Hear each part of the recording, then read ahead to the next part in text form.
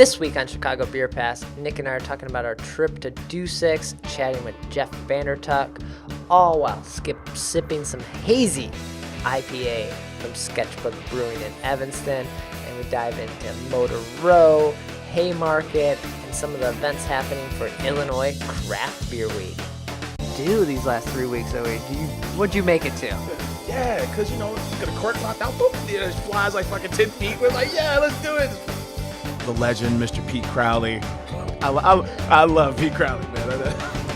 How's that beer? It's what you think it is. It'll be like the stuff you hear. Every time you go to Floyd's, all the music sounds like this. Raw, raw, raw. Hey, and welcome to Chicago Beer Pass. I'm Brad Chmielewski. Chmielewski what's up, man? I'm Nik White. And we're not in a cellar. No, we're not in the beer cellar. We're not in Pilsen. Yeah. We are back here at the studio, at the Loose Key Studios, doing our thing, man. Yeah, drinking beer, talking about beer we're going to drink. Is this Studio A in the Loose Key Studio? Yeah, there's only an A. There's only one. There's only an A. There's a remote studio, I guess, in Michigan, but that's just another house. Right So, on. so if you missed last week's episode, go back and check that out. It was with Jeff Vandertuck. It's a doozy. Yeah, we were down in the beer cellar talking about everything Dusek has going on, and as well as the Punch House and Talia Hall, and just their pretty awesome beer program. Yeah, I think we were talking about how, he's got an interesting play because he's able to, sell a bunch of mainline beers from breweries, and that allows him to get access to really cool one-off beers from those breweries, from the volume that he does in Talia Hall. That's pretty cool. And then the fact that it's a Michelin star restaurant, I think it's overlooked because it's not super casual, but it's more casual than most Michelin star places. Right, for sure. He goes pretty deep into the beer list there. We had that Parabola 2015, which is a really nice. That was tasting better than I thought it might taste. So yeah. There's just a nice little tapestry of flavors going on, melded for you, nice and mellow. It was delightful. I was pounding it. I felt bad. I was like, yo, this is a 15% beer. But it was rolling so smooth, Yeah. After we recorded that, we went upstairs and we had dinner. I went with the rabbit. Yeah, man, you guys went and got this fried rabbit. And what's funny is that everyone's kind of laughing. I'm like, yo, so is there a rabbit farm? And everybody's just kind of blowing it off, and I was like, no, really, where are they getting you? Yeah, they gotta buy these rabbits from somewhere. Someone's out there hunting the rabbits. The fried rabbit, man. Fried rabbit. I think I went with the Juicy Lucy. I went with the Juicy Lucy. And then we were drinking Miller High Lifes. Yeah, we rolled High Lifes. Yeah, I think they had a pastry stout on from 51st Ward that we got into. Mm-hmm. We got into the Dovetail Lager as well as that Parabola 15. I think those were the ones we got into. Yeah. Oh, Maeve got the. From Moody Tongue, it was like the caramelized banana hef or something. She dug it not as banana-y and sweet as you might think, or I think she thought it was going to be more desserty, but no, it was a good beer. Yeah, right on. So, but that was the interview on the last episode. We just recapped it now, so but still, go back and listen to it. We did not share all the stuff like Jeff shared with us, so worth the listen. It's worth the listen, and then he goes into his programs more and his philosophy behind beer, which is pretty cool. So definitely awesome. Well, we always kick off the show here with a beer that we're drinking, and we're always drinking local new beer. And this time we have from Sketchbook, their Hazy IPA. Don't spill it. This is the Insufficient Clearance. This is the beer that landed them on the blind tasting list for Paste. Okay. For their top 20 or 50 or whatever IPAs. Right. We've had the Orange Door on previously before the branding all got switched up and new fancy abstracty here. Yeah, the Beetle they're calling the new. Oh, is that the? That's an in-house name for the new logo. The Beetle. Okay. The Beetle. Yeah, Sketchbook up in Evanston. Mm-hmm. Yeah, this is a 5% hazy IPA. Nice. Finishes nice and dry finish. It's more, I guess, a weird word, but it's more hazy. It's not that juicy. It's not juicy. It tastes more like your typical IPA than it does like mimosa. It's got more what you would, usually the beer integrity, right? It's not reminiscent of the mimosa or the milkshake like some of those extreme hazy ones are. Yeah. This is first and foremost a beer that happens like, and That then is hazy. It is a beer that is hazy. Yeah, Correct. it's more rather than a hazy IPA. Maybe it's an unfiltered IPA would be a better.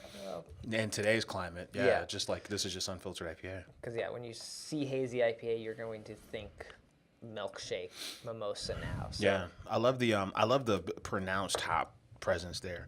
You know, In like this one? Yeah, especially for it to be like it's 5%, but it's not like it's not one of those things that you would just. It's not crushable. You still sit down and sip it like you would an IPA. Right. Yeah. You know. But this was canned, I believe, a couple months ago, so it's still pretty fresh. So yeah. I'm digging it. Probably make it through all 4 of these cans, I'm sure. Cool. All right, so that was last week's episode. That's what we're drinking. Right on. What else happened last week? Anything you make it to, or even the week before? Because we didn't even get to talk about maybe some of our stops. Yeah, because we were full frontal Duseks when we have a guest on. Mm-hmm. We're going to be having a few more guests on. I'm excited about this, man. Yeah, I guess to tease that up front here, we got Around the Bend next week. And then is that next week? That's next week. They'll be here in the studio. Right on. And then we're going to go to Forbidden Root. Yeah, we're going to be on location. Yeah. All across the nation. Yeah. Very cool. This past couple weeks, what have you been up to? Where have you been drinking? Man, I got over to Haymarket on Good Friday. Yeah. Still not sure what happened Good Friday. Because on Easter he comes back, but I think he is that the whole cross thing and getting nailed to it on? Yeah. That happened on Good Friday? Yeah. Because the term Good Friday confused me. I was like, man, I know this. I knew this at one point. Now I forgot. It's not good. Yeah, I'm like, this doesn't sound very good at all. I was over there, man. Love that place. They're the anchor for everything you see that happened over there. They were there first, right? The West Restaurant Row, arguably the best collection of restaurants in any neighborhood. Haymarket was there in the beginning, so 2010 now. Okay. I got Angry Birds. I was excited to see that on tap. Nice. And then I also got there's a black IPA with cherries called the Commander Dancer. Oh, that sounds interesting. It was fantastic. Okay. It was really good from them. Trevor is like the head brewer over there. So Pete, I think, kind of rotates between the two, kind of makes sure production is running up in Michigan. And I think a lot of these recipes now that we're seeing are from their, I don't know what his official title is, but he's got to be one of the head brewers over there. He's not the brewmaster, that's Pete Crowley, but yeah. But Pete might be the brewmaster at the other Haymarket, and or that. That one. I don't know all the titles and all the official ranking. No one's wearing stripes or anything. It was good to be at Haymarket. I haven't I haven't been since the Claire's Thirsty Ale release. Okay. So, I think, it's one of my favorite spots. It's one of my favorite spots in West Loop, one of my favorite breweries probably in the city, I think. Okay. So, just a fun place. Just fun, solid, easygoing place. And then, their whole model of the Haymarket and a lot of their beers being named after events that happen in Haymarket Square. And then, their pricing structure is built into their plan where it's like, hey, we're going to always keep affordable prices for like those working man prices. It's just an overall solid project, and it's right downtown. You can't really say that about a lot of breweries. What else is downtown? Ely. Ely's got a brewery downtown. Rock Bottom. Haymarket.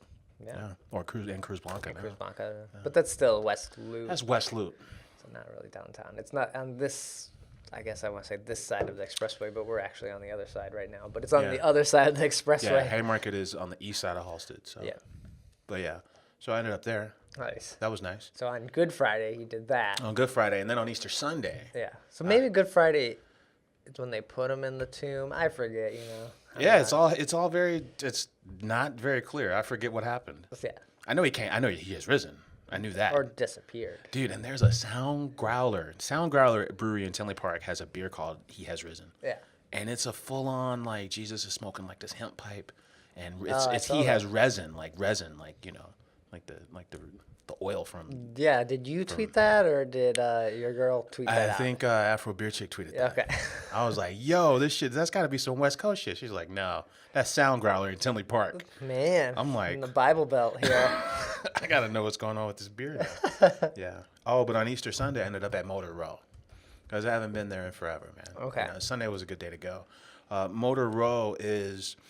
it's a super small neighborhood that runs basically from 22nd Street to the Expressway, which is like 25th Street. So we're talking like 3 blocks. Okay.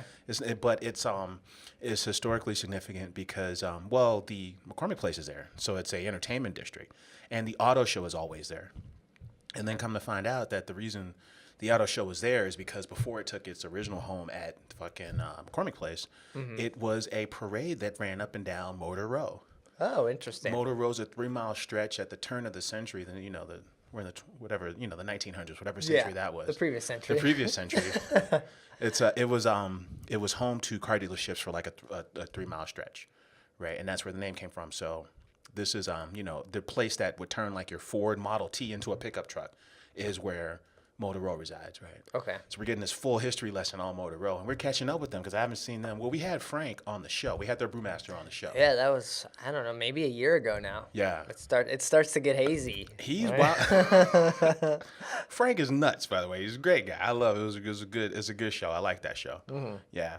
So we're talking about Motor Row, and they were saying, like, I'm like, so what's been up? And they were like, man, we really need to change our perception locally because, like, people see our brewery and they're not familiar with this little neighborhood we're in. Yeah. And they're like, oh, Motor Row. You guys must be from Detroit. That's right. Yeah. You think Motor City. You think the Motor City. Yeah. Right. And, they were saying like, and, they used to be called Broad Shoulders. Right. And, so they're like, man, a lot of the stories out there about them reference them as Broad Shoulders.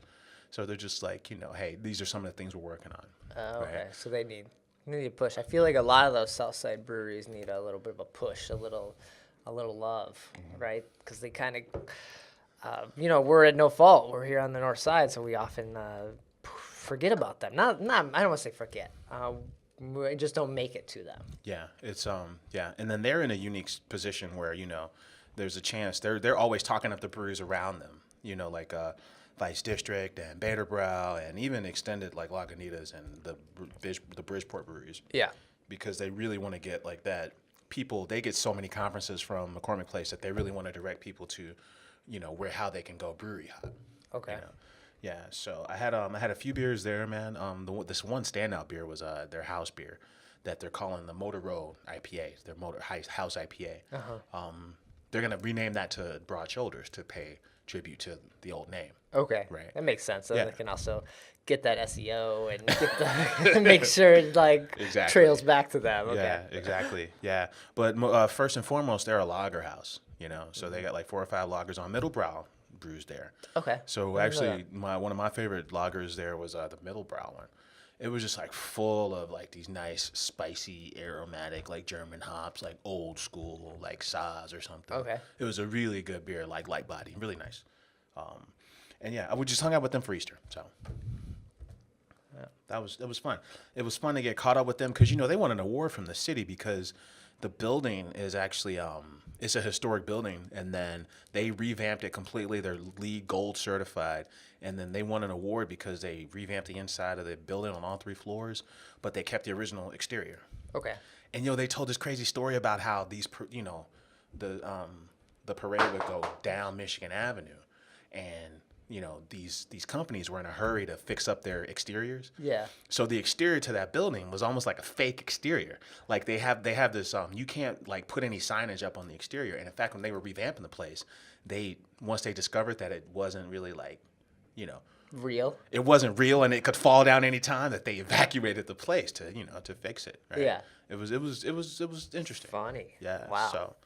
Yeah, that's a good place. I think they do live music on Thursdays. They have a loft level, they have a second level bar, and then they have a tap room on the first level. Okay. And if you haven't been, I would say they got some of my favorite beers with the Fleetwood Black, which was a black IPA, and their house beer, the Motor Row IPA. Nice. Okay. Yeah, and then everything else is like lagers, like clean, simple drinking lagers. Okay. Yeah. Man, that's a pretty good weekend. Whew. Made it over to 2 great stops. I don't think I made it to anything that weekend. I did like an early Easter with the family.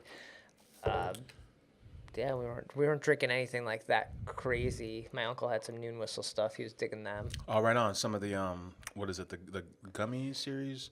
I don't think he had the gummy series. I think he just had one of their like normal ones you kind of check out. So people love their stuff. Mm-hmm. People.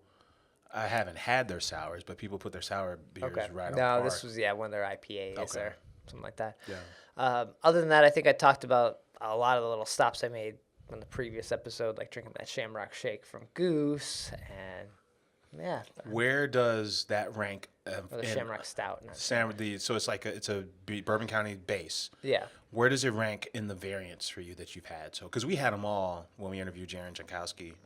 I would say in the upper level, What's better than the Shamrock Shake, I guess, is my question. was it the banana one? Prop.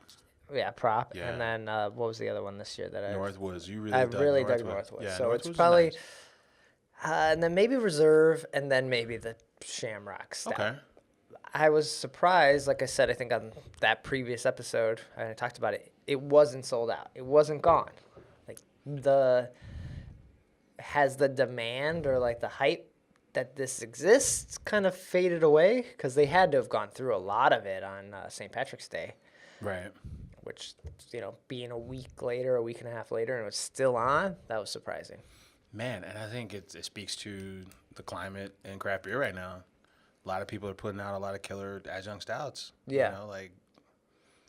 It's just where we are, I guess. Mm-hmm.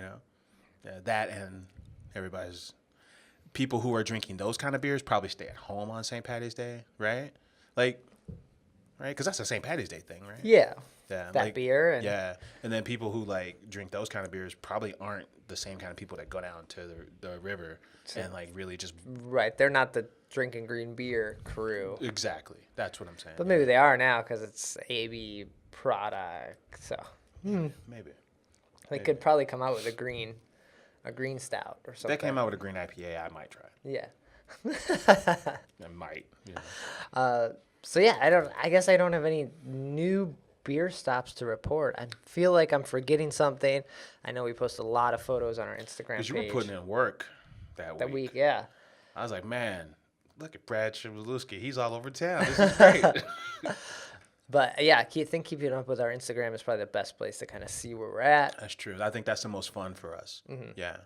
I've been putting up a bunch of stories too, usually when we just hit up a beer spot or dive in somewhere that maybe I don't get a good photo, or maybe it's a place we've been to before, or not a brewery or something. Maybe it's just we're stopping at whatever place this is for a beer. Yeah. Oh, speaking of places that aren't breweries, we ended up at the Beat Kitchen as our bar of the week prior to Dusek's. Yeah, so we put that little segment out on Anchor. Yeah. Tweeted it out as well.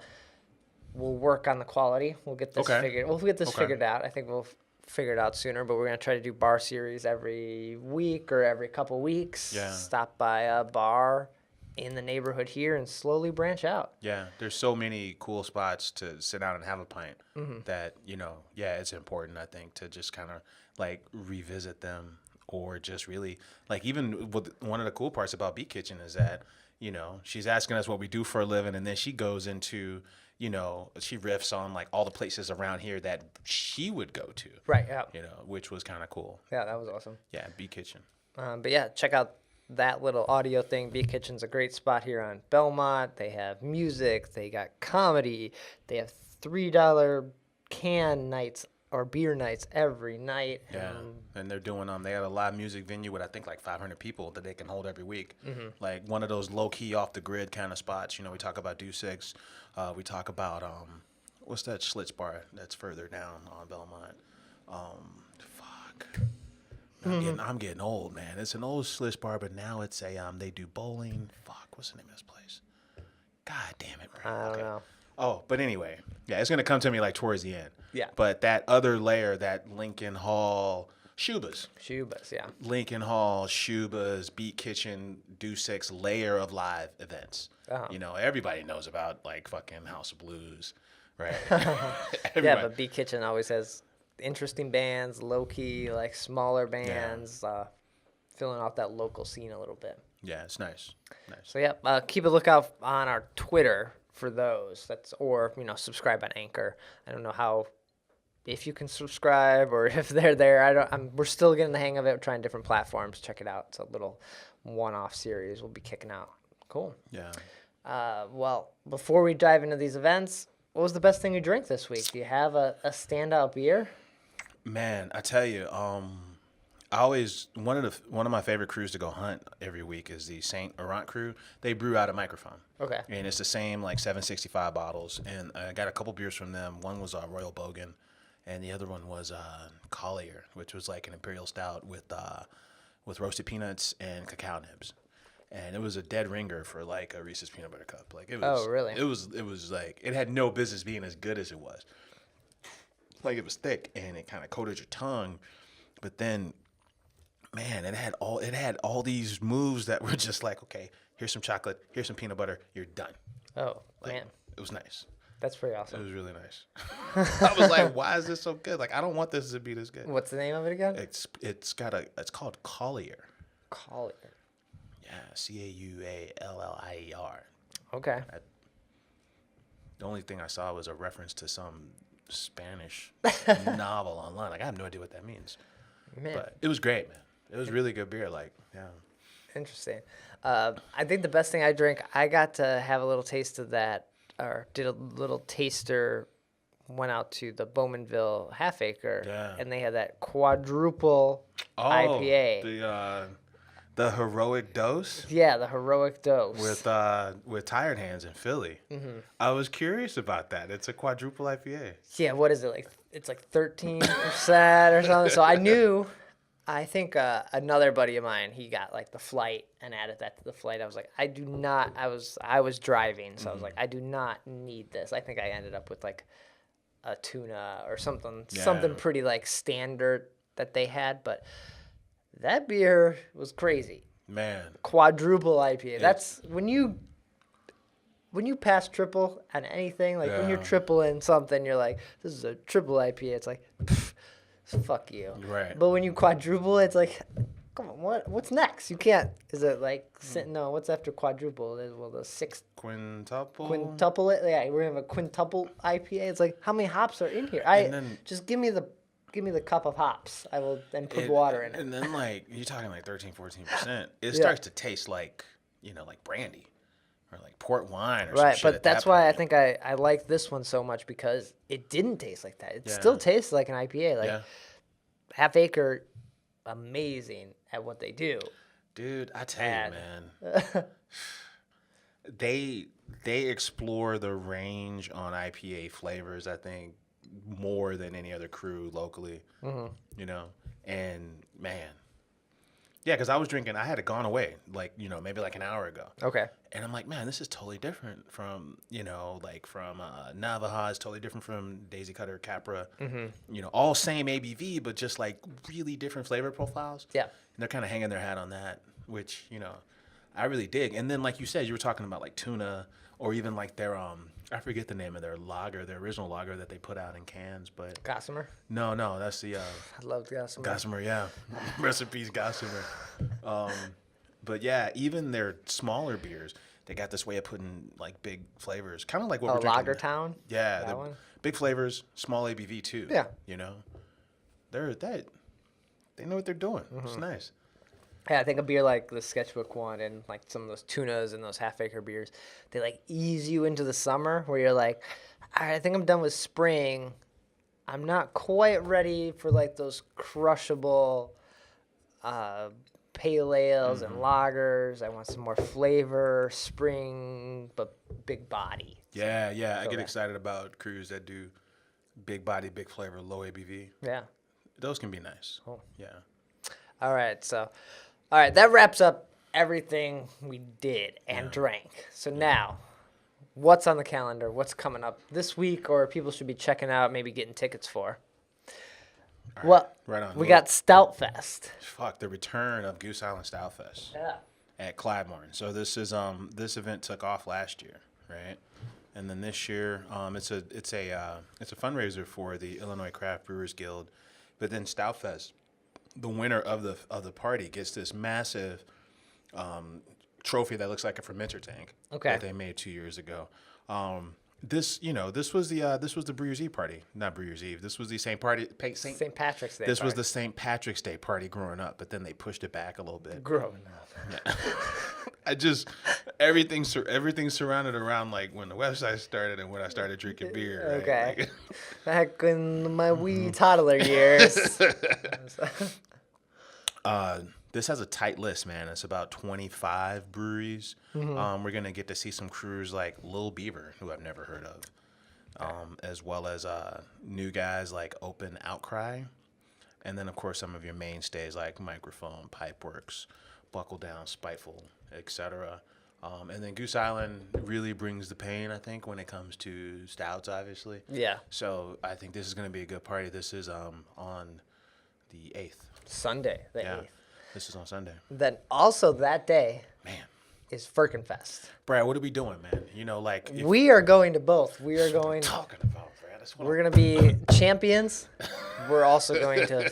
I'm going to bring the camera. We're going to film this whole thing. Great. We'll put a little montage together, and we'll kick it out. I love it, man. I love it. Firkin Stout Day, whatever I title it. This is going to be... Firkenfest is at River North, not Emporium, Headquarters. So that is all Firkins, 40 of them. They're going to rare beer giveaway. That's like a $40 ticket. That's a proper Sunday right there. But I don't know the times of both of these off my top of my head. They both start at noon. They both start at noon. So I'm feeling like we start Firkenfest. Really? I thought you'd go the other way. Nah. Okay. Start Firkenfest. Okay. Then go to Stout Fest. Because Stout Fest, there's less... You'll get in less trouble, maybe, at Stout Fest. There's less beers. Brad's a brake pedal. I would be the gas pedal. I would say the other way, but I'm down. Like, I'm down for this way. Most people, anyone who's listening or watching, you're not going to do both. You're going to pick one. Right. You're going to go hard at one. But Firkin beers, Right. they're good and interesting. At some point, you're kind of spent on it, right? Yeah, and I think, like, to be honest, like, if we're gonna appreciate these Firkins for what they are, we should probably have them up front. Mm-hmm. We're gonna go to Stout Fest and land at this other one at 2 p.m. and be like, right, and that's many Firkins often have flavors like curry and weird peppers, so your palate's gonna be wrecked. So then you can come to Stout Fest that are bigger, bolder flavors that are you're going to taste. You're going to be able to like feel them out a little bit. So that's my thought. If you're like us and you're going to do both, start Firkenfest. It makes sense. Now that we've discussed it in full, it makes total sense. Yeah. So those are both this weekend. Those are the two biggest parties this weekend. Mm-hmm. Yeah. It's a bummer that they're both on the same day. Yeah, that's fucked up. Sometimes it just happens, right? You can't plan for that. They're two different organizations. They don't know what's happening somewhere else. And Stoutfest keeps getting moved around. So this one's on Clybourne or Guild or whatever you want to say. yeah, right. Oh. So, but yeah, those are the two big fests this weekend. Mm-hmm. Yeah. And then we are getting more word about Illinois Craft Beer Week. Yes. So the good folks over at the Hop Review announced their Ultra Fest is going to be on May 19th, which is Thursday, which used to be the date of the closing ceremony. Ever since I've been attending Craft Beer Week locally, Thursday was always a kickoff for that day.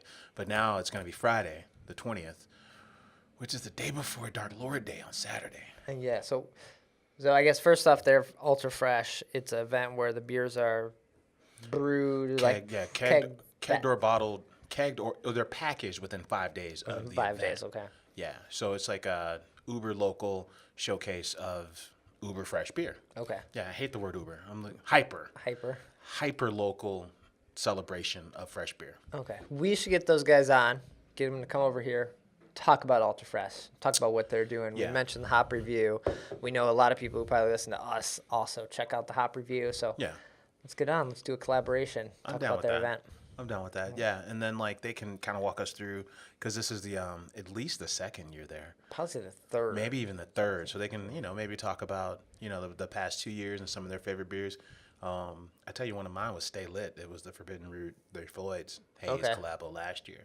Kind of blew away everything else for me. Nice. That was nice. Yeah, and it's a full-on block party, which I like about that thing. So they're kind of pre-Illinois Craft Beer Week. They're here to kick off. So that's the true kickoff event. Yeah. Okay. If you want to really like marry this into what 11 or 12-day event, whatever it is now. Started off with Ultra Fresh. Get tickets. Those are for sale now. Well, they announced it now. Oh, they announced it. That'll be the date. Okay. Which is kind of a surprise. I think they're kind of saying, hey, listen, we know that Thursday is special because I was always the launch. So we're just gonna take the reins and We're gonna keep it special. we're gonna keep it special for you. So cheers to them, man. Then Friday is Bug, beer under glass. Yeah, so And that'd be Friday the 20th. Tickets- May 20th. Tickets are now for sale there, and you can pick up tickets. I believe they haven't sold out. They didn't sell out last year, so I can't imagine that they're gonna sell out this year unless some crazy thing happens. It's an interesting party. It's 3 hours, not the 4 hours that most festivals are. Right. So, So there's been just be you aware said of there's that. been a little bit of talk on that. There was and- an interesting thread on the listserv, the local beer society listserv about, some of the things that they feel should be corrected. And these are basically two nonprofits talking about each other. Yeah. Right. But yeah, I mean, when you go from 3 hours to 4 hours, it's kind of tough because that party is so massive that it often, if you didn't get a VIP ticket, it often takes you, maybe more than a half hour, maybe 40 minutes to actually just like get into the party. All right. you know? Especially if you showed up late or after work Yeah. or you're just trying to get there. It's far, man. Garfield Park is far. And this is really the only party, like big party, the only party on the west side, the only party where we go that far west for a festival. Well, dodgeball day. Oh yeah, Sunday Fun Day. Oh, Sunday Fun Day, yeah. Yeah. So you're talking Sunday Fun Day and that party. Yeah. Are the two biggest parties out that way. But yeah, it's just kind of a difficult thing. Now you're talking the 2 hours of drinking, and then it's it's a fundraiser, so there's quite a few people there. Yeah. So those were some of the concerns of the community at large, if you will, around this event. So Goose Island should jump on this and know that it's a shorter event. Let's do something at the Barrel Warehouse, which isn't far, which some people may have issues walking there. It's not really a neighborhood. I got issues walking from But Garfield Park isn't necessarily a place that you want to be walking around after drinking and at night, but they are very close, the Garfield Conservatory That's true. and the Goose Island Barrel They Warehouse. might even be walking distance. They might be. They are, but I'm Okay. just saying you might not want to walk around there. People Yeah. may feel uncomfortable, but Yeah. Goose Island should jump on this and have some sort of party happening at the Barrel Warehouse that Friday night. That's true. That would just be my thought. They got the space for it, and then they could They have a huge crew of people that would throw down any amount of money just to do something else in that area. I mean, because like once you're all like, you got the lather going and you're feeling good, and it's Thursday night or Friday night, yeah, you're looking for some post game activities for sure. Yeah. But in a perfect world, man, if we were calling the shots, that's what it would be. It'd be shuttles from Bug to the after party. Yeah. Because after the show, it's the after party. Yeah. And then the next day is the after. Because Sunday is Dark Lord Day. And that's maybe the turnoff. Fuck, yeah, Or I no, mean- Saturday. Saturday's Dark Yeah, Lord. you're right. Friday Bug, Saturday Dark Lord Day. And that party gets rolling. Basically, it could get rolling at that night because I know people would show up in RVs and who knows. I don't know what happens. I haven't been for so long. I don't know what goes down. But if you're going to Bug and you're thinking about going to Dark Lord Day, you probably checked out a little early, or you're like down in Gatorade or Pedialyte. And then Bugs at $80 for VIP, and then which gives you a proper 4-hour fest. And then Dark Lord Day is like close to $200. So you're probably looking at that and the commitment to both, and you're probably saying, I'm going to pick one. Yeah. And, they kind of cancel each other out, which I don't know. Yeah. All right. It's interesting. Yeah. It's an interesting strategy. I think changing it to make it the day before Dark Lord Day, and then changing Chicago Craft Beer Week to the Illinois Craft Beer Week. It's interesting to say the least. It is not boring over there. They're making moves. Yeah, for sure. So those are events and things that are happening here in Chicago. Any news that you've come across? Yeah, man, we got a little bit of news. Parsons. Yeah. Parsons. The chicken place? Parsons, that chicken place. That chicken place. That chicken place over in man, what is that? That's Logan. Yeah, Humble, yeah. Humble, Logan. Right on the border. Yeah. They have an extra crisp golden ale that's going to be in cans. The artwork on this thing is great. Wait, they have a beer? They have a beer. Have we jumped the shark here or jumped the chicken? We're just or- getting started, but when a just getting- chicken place, when that chicken place has a beer, We are just getting started. Revolution is brewing it. brewing that beer. Okay. Yeah. We talked about the hop review. Hopewell, man. Shout out to Hopewell. They have the Clover Club, which is their raspberry sour in cans. That was a collaboration with the Whistler. Okay. And Logan. That's gonna be in cans now. It was on tap only last year. Nice. Yeah. While we're talking about Revolution, let's talk about their new tap room at White Sox Park. So the Revolution Sox Social Tap Room is what it's called. Nice. This is a big deal because it like triples their tap space at Sox Park. But then also, this particular space that they're in was like the Miller Lite Club a year ago. Really? Wow. Yeah. Okay. So this is the 200 level. It's located at the stairs above level 157 all summer long at White Sox Park. Man, you can go to a Revolution tap room. That feeds into my theory. If Goose Island wouldn't have bought Miller Coors or Miller, AB. if AB wouldn't have bought it, Miller was gonna buy Rev. It was setting up for that play. That was the rumor. But I wouldn't rule it out, yeah, honestly. I still wouldn't rule it out. I wouldn't rule it out because Rev, Or Coors buys. Yeah, because Rev's in the top 50. They've established their core, which is anti-hero. And, if these big crews wanted to. If Miller wanted to make a proper IPA, their argument is, like, if we make a proper IPA, there's going to be shortages across the country for everybody else because that's how much beer we make, right? Yeah. Like, they don't fuck around, so. But I still think that's in play. And Rev is picking up these old Miller spots now. Yeah, it's interesting strategy. Like I want to hear what Rev's if Rev were to do like a State of the Union, or if someone said I want Rev, I want to hear what their thought is on it, because there's two. You could just join, you could take your big payday and just officially join Miller, who distributes you, right? And that's what led to the Goose AB thing. AB distributed Goose, Yeah. right? And that led to a loan, and then that led to 15%, and then it led, well, fuck it, we're buying you, right? Yeah. But like Rev could either go after Miller handles, or they could sell to Miller. Yeah, that's a... Those are the two angles. And at this point, they're kind of like, you can distribute our beer, but we're going after your handles, and we're going to stay independent. Yeah, I wonder how the community would react to that, because That was... I think... we've done this podcast from Miller Coors. Yeah. Those guys are great. Lisa Zimmer is Zimmer's the best. amazing, yeah. And I actually like High Life. Yeah, we drank High Life. I was drinking some Miller Lights this past week. Maeve was like, "Who are you?" I was I was thirsty. If you're in this town and the three biggest breweries, Lagunitas, Goose Island, and then Revolution, all fucking sell the big beer, does it lose respect for Chicago breweries on a whole? that's whack as hell. I don't know. That's a deep, that's. deep drunken stoned conversation. I'm not on board. I'm not on board with that. Yeah. So. But this Sox Park thing looks pretty dope. That's huge. Yeah. And I'm excited for the good guys, because the team's not very good, but we'll be down there drinking all year. And then, not to mention, they got the Sox Cave on the 100 level behind the bullpen, where it's a beer hall that's got 75 beers in cans in it on draft. Nice. So they actually have better beer than Wrigley. Okay. Better beer, and you can tailgate there, because there ain't really shit to do after Sox games, so you kind of have to tailgate. Right, that's true. You can go to Maria's, but that's like a mile and a half away. Yeah. If it's the weekend, you could go down to the beach there. There's usually like bands playing and stuff. The 31st Street or 33rd Street Revamped, beach. Yeah. 31st Street Beach is all brand new. Mm-hmm. Yeah, that's a good point. I forgot about that.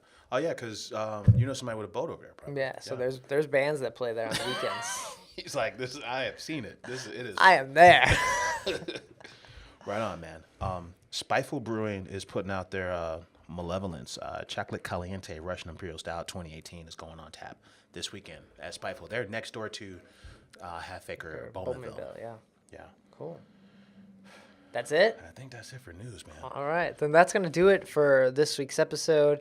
As we mentioned, we got one more thing. One more thing, man. Sorry. A couple weeks ago, Green Flash, who we talk about Revolution, who are in the top 50 for Brewers Association producers, craft brewer producers. That was this year. Last year, Green Flash was in that list. Green Flash, based in California, announced that they're closing or liquidating their Virginia facility. Right. And then this week announced that they're foreclosing everything. Man, Green Flash? Green Flash. That's a bummer, man. They're like, I'm very surprised Beer Republic, but their beers in general often were like $5 bombers. Like I remember first drinking, they had amazing sour, a couple beers. Oh, that's hard. Yeah, man. They Co-America Bank is the largest shareholder for Green Flash. Co-America Bank has foreclosed on all of Green Flash's loans, saying that they have outstanding debt and poor business health. Poor business health. Man, it's hardcore, man. Yikes. It's real out here. So you're talking about a brewery that was in the top 50 a couple years ago, and to the point where they expanded to all 50 states as well. Yeah. And they make good beer. They do make You know, good I beer. think guys like you, Anita, and Green Flash, although their logos and their marketing campaigns are just okay, I think their beer was really good. Man, they're it looks like they're closing. Yeah. Yeah. Yikes. It's probably that wine and spirit industry, you know? They just eating away at all of those beer drinkers. Cider, man. Cider's Cider. catching up, man. So, but yeah. So that's it for news. That All sucks. right. Yeah. So that's going to do it for this episode. Like I said, we mentioned at the top of the show, we have 2 guest episodes coming up with Around the Bend and Forbidden Root, so we won't be here in the office recording, so you won't hear about our drinking adventures for a few weeks, but we'll be back. Right Nick, where can people find you when we're not here? For sure, man. I'm on Twitter at Nicosio. And I'm on Twitter at BRAD. Chicago Beer Pass is on Twitter at Chicago Beer Pass. Instagram, I mentioned, Chicago Beer Pass. Facebook, Chicago Beer Pass. We're always posting events, other photos that aren't Instagram quality over there. And yeah, website, chicagobeerpass.com. All the episodes are posted there. Links to the iTunes, Stitcher, the YouTube version as well. And yeah, stay tuned for our beer or our bar reviews. Keep a lookout for those. Take care. Cheers.